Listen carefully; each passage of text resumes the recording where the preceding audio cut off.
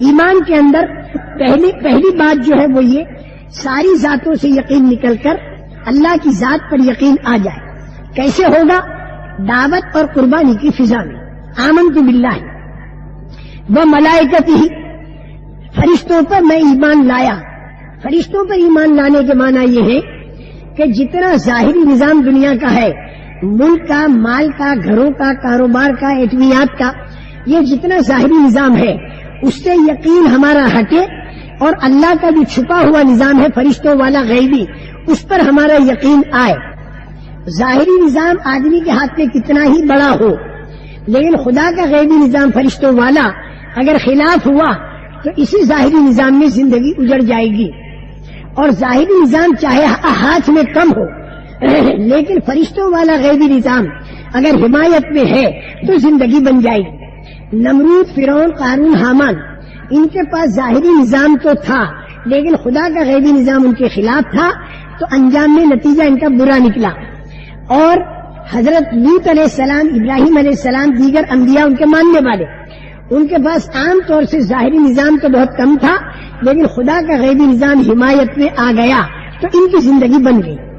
Volume الآخر والقدر خیرہ وشرہ من اللہ تعالی، انسان کے اوپر تکلیف والے حالات، راحتوں والے حالات جو بھی آتے ہیں وہ اللہ کی طرف سے پہلے سے طے ہیں، وہ تو آئیں گے، لیکن اس میں اپنی مرضی کا چھوڑنا اور اللہ کی مرضی پر چلنا. جو حال تکلیف والا یا راحت والا آیا وہ تو ختم ہوگا، لیکن اس حال کے اندر جو اچھا یا برا عمل کیا وہ باقی رہے گا اور اس کا اثر عالم پر بھی پڑے گا، قبر میں، حشر میں، جنت میں، جہنم میں پڑے گا. حالات تو ختم ہوں گے اور ان حالات میں جو بھلے برے اعمال کیے وہ باقی رہیں گے. اس لیے میرے محترم دوستو، حالات نہ تو گھبرانے کی چیز نہ اترانے کی چیز. اچھے حالات پر اترانا نہیں، تکلیف والے حالات پر گھبرانا نہیں.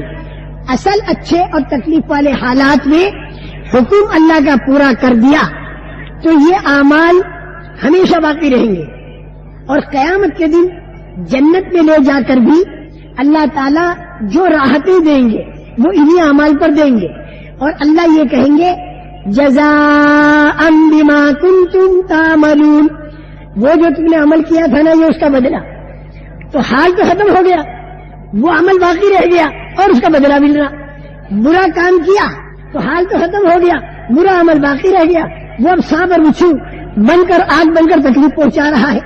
اس لیے اچھی طرح سے سمجھ لو، والقدر خیرہ وشرہ من اللہ تعالی، انسان پر تکلیف والے اور راحتوں والے حالات جو آتے ہیں وہ بالکل اللہ کی طرف سے آتے ہیں.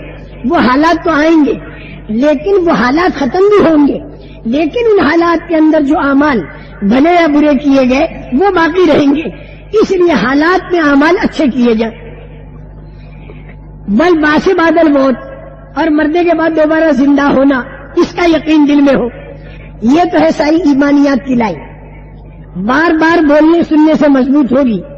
مسجد نبوی کے اندر باقاعدہ ایمانیات والی لائن چلتی تھی اور خوب اس کے مذاکرے ہوتے تھے. ایک تو ایمانیات والی لائن ہے اور 4 لائنیں اعمال کی ہے. ایک تو عبادات، دوسرے اخلاقیات، تیسرے معاملات معاشرت اور چوتھے معاملات. یہ 4 لائنیں اور ہیں، عبادات، اخلاقیات، معاشرت اور معاملات. یہ 4 لائنیں اعمال کی ہیں. وہ ایمان کی جو بات عرض کی آپ کے سامنے، اس میں وہ 6-7 باتیں عرض کی آپ سے. اس ایمان کی طاقت کے بڑھنے کا طریقہ بھی بتایا. یہ جو بار بار مسجدوں کے اندر، گھروں کے اندر جتنا اللہ کو بولیں گے، اللہ کی مدد، اللہ کی پکڑ، اللہ کا قید خانہ جہنم، اللہ کے مہمان خانہ جنت، اللہ کے حساب کا دن قیامت، بار بار جتنا اس کا مذاکرہ ہوگا ایمان بڑھے گا.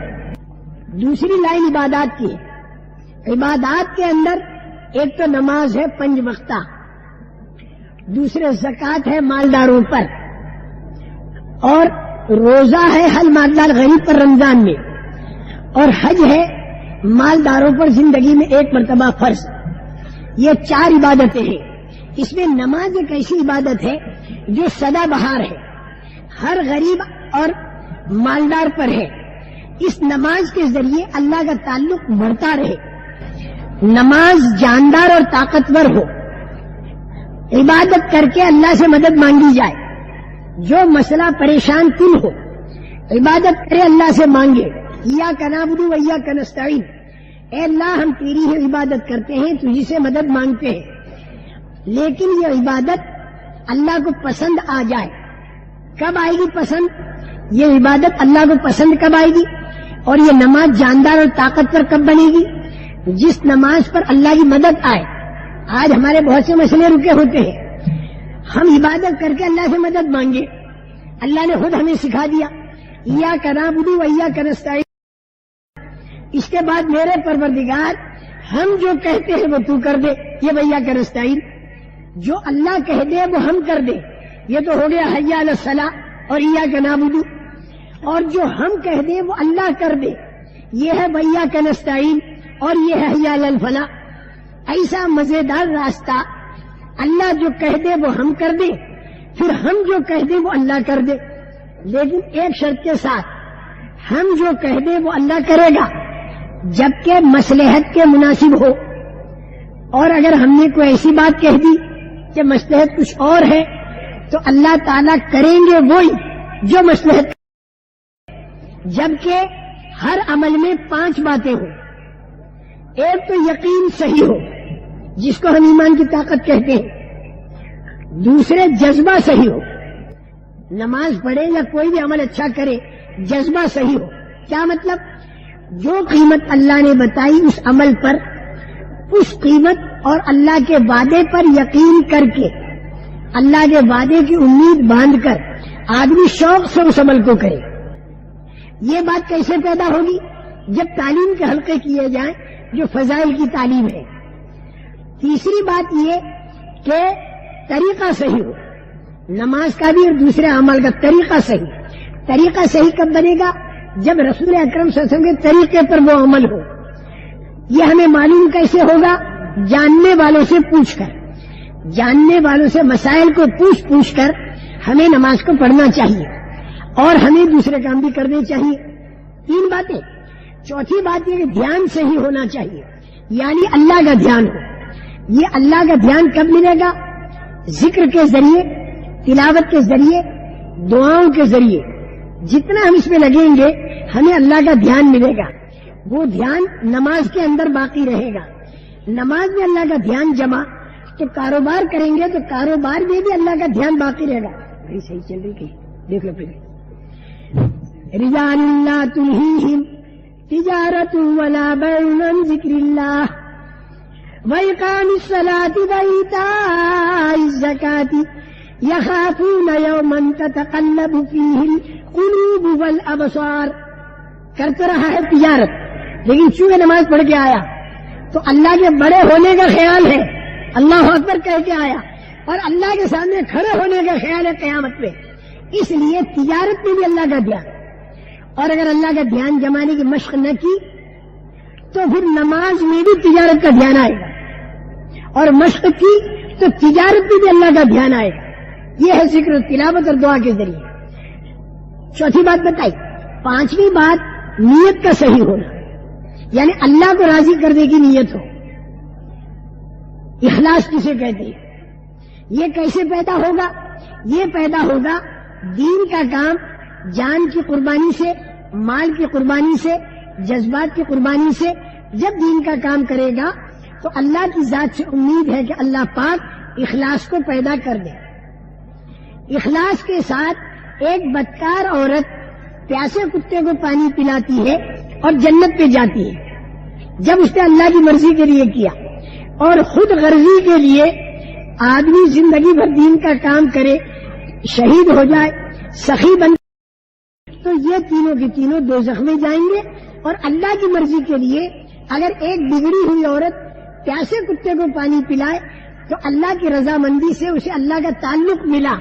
ہو سکتا ہے پچھلی زندگی سے توبہ کر دی ہو, لیکن جنت میں جانا اس کا اللہ کے سچے نبی صلی اللہ علیہ وسلم نے اس کی خبر دی. یہ 5 چیزیں جب نماز میں آئیں گی تو نماز جاندار بنے گی. اور سارے اعمال میں جان منتقل ہوگی. طریقے کا صحیح ہونا اور نیت کا صحیح ہونا، یہ ساری چیزیں سیکھی جاتی ہے جماعتوں میں نکل کر. یہی چیزیں ہمیں سیکھنی ہیں. یہ میں نے عبادات کی لائن بتائی، اس میں نماز کی لائن بتائی. زکوٰۃ مالداروں پر فرض ہے، جہاں جہاں زکوٰۃ دینی ہے وہیں پر دے گے. روزہ رمضان کا مہینہ آئے گا، حج زندگی میں ایک مرتبہ. اچھا، اب اس کے ساتھ تین چیزیں اور رہیں: اخلاقیات، معاشرت اور معاملات. اخلاقیات کے کیا معنی؟ دوسرے آدمی کے ساتھ خیر خواہی کا معاملہ کرنا، اس سے کوئی بدلہ نہ چاہنا، بدلہ اللہ سے چاہنا، یہ اخلاق ہے. معاشرت کسے کہتے ہیں؟ ہمارا رہن سہن. معاملات کسے کہتے ہیں؟ ہمارا لین دین. لین دین ہمارا نبی کریم صلی اللہ علیہ وسلم کے طریقے پر آ جائے، ہمارا رہن سہن. پھر یہ اخلاق کا برتنا ہر ایک کے ساتھ ہوگا. ایک بات ساتھ میں اور آپ حضرات کے سامنے عرض کر دوں کہ بار بار یہ عرض کرتا رہا کہ حکم اللہ کا پورا کرنے میں اپنی ظاہری ترتیب کو آدمی آگے پیچھے کرے. ایک بات اور عرض کر دوں کہ اللہ کے جو حکم ہیں، بھائی دھیان سے سننا، اللہ کے جو حکم ہیں وہ دو طرح کے ہیں. ایک حکم تو اللہ کا وہ ہے جو قانونی حکم ہے، جس کے پورا کرنے پر بدلہ ملے گا اور چھوڑنے پر سزا ہوگی. اور ایک حکم اللہ کا ایسا ہے کہ جو اخلاقی اور انعامی حکم ہے، اگر اس کو آپ پورا کرو گے تو بہت ہی زیادہ بدلہ ملے گا، اور اگر اسے چھوڑ دو گے تو اللہ تعالیٰ عدل کا حکم کرتا ہے اور احسان کا حکم کرتا ہے. بعض احکامات کا پورا کرنا ضروری، نہ کرنے سے سزا. نماز فرض ادا کرنی چاہیے، زکوٰۃ جس پر فرض ہے ادا کرے، روزہ فرض ہے ادا کرے، اسی طرح حج جس پر فرض ہے وہ ادا کرے. اور حرام سے بچنا، حرام سے بچنا یہ قانونی حکم. فرضوں کا ادا کرنا ہے قانونی اور اخلاقی. معاملات میں اور معاشرت میں بعض قانونی حکم ہے، بعض اخلاقی حکم ہے. مثلا معاملات ہے لین دین، اس کے اندر سود، جھوٹ، دھوکہ، غبن، خیانت، ملاوٹ، اس سے بچنا یہ قانونی حکم ہے. اور اخلاقی حکم کیا ہے؟ اس سے بچتے ہوئے ہم معاملات میں جتنا لوگوں کو نفع پہنچائیں گے یہ اخلاقی حکم ہوگا. اسی طرح معاشرت، ہماری رہن سہن، ایک دوسرے کے حقوق جو اللہ نے طے کر دی وہ تو ہمیں ادا کرنے ہیں، لیکن ان حقوق کے علاوہ اخلاقی طور پر اگر لوگوں کا پیسہ گھریلو مسئلوں کے حل کرنے کے لیے جمع نہیں ہوئے. ہم سارے جمع اس لیے ہوئے کہ رسول پاک صلی اللہ علیہ وسلم ایمان اور اعمال والی لائن لا کر صحابہ میں چالو فرما کر ان کی جماعتوں کو چاروں طرف بھیج کر وہ ایمان اعمال والی لائن چالو کرا کر ایک امن و امان قائم کیا اور لوگوں کا تعلق اللہ سے جوڑا. تو ہم سارے کے سارے وہ ایمان اور اعمال والی لائن کو اپنے اندر کیسے چالو کریں، گھروں کے اندر کیسے چالو کریں، اپنے علاقے میں کیسے چالو کریں، پورے ملک میں کیسے چالو کریں، پورے عالم میں کیسے چالو کریں اور صدیوں تک میں کیسے چالو کریں، اس کی فکر کے لیے ہم اور آپ یہاں جمع ہوئے. بات کو اچھی طرح سے سمجھ لو. دین جو دنیا میں پھیلے گا اور ایمان جو دنیا میں پھیلے گا، دین جو دنیا میں پھیلے گا وہ پھیلے گا اخلاق کے راستے سے. عبادات کے ذریعے تو ہمارے اندر اخلاق کی طاقت پیدا ہوگی، عبادات کے اندر طاقت ایمان کے ذریعے پیدا ہوگی، لیکن اخلاق کے ذریعے پوری دنیا میں دین پھیلے گا. اخلاق ہماری دنیا والوں کے سامنے آئیں گے. ہماری عبادات تو عام طور سے چھپی رہتی ہے. نماز ہماری مسجدوں میں، روزہ ہمارا پیٹ میں، زکوٰۃ ہماری صرف مسلمانوں میں، حج ہمارا ایسی جگہ کہ جہاں دوسروں کا داخلہ منع، عبادتیں تو اکثر و بیشتر ہماری چھپی ہوئی.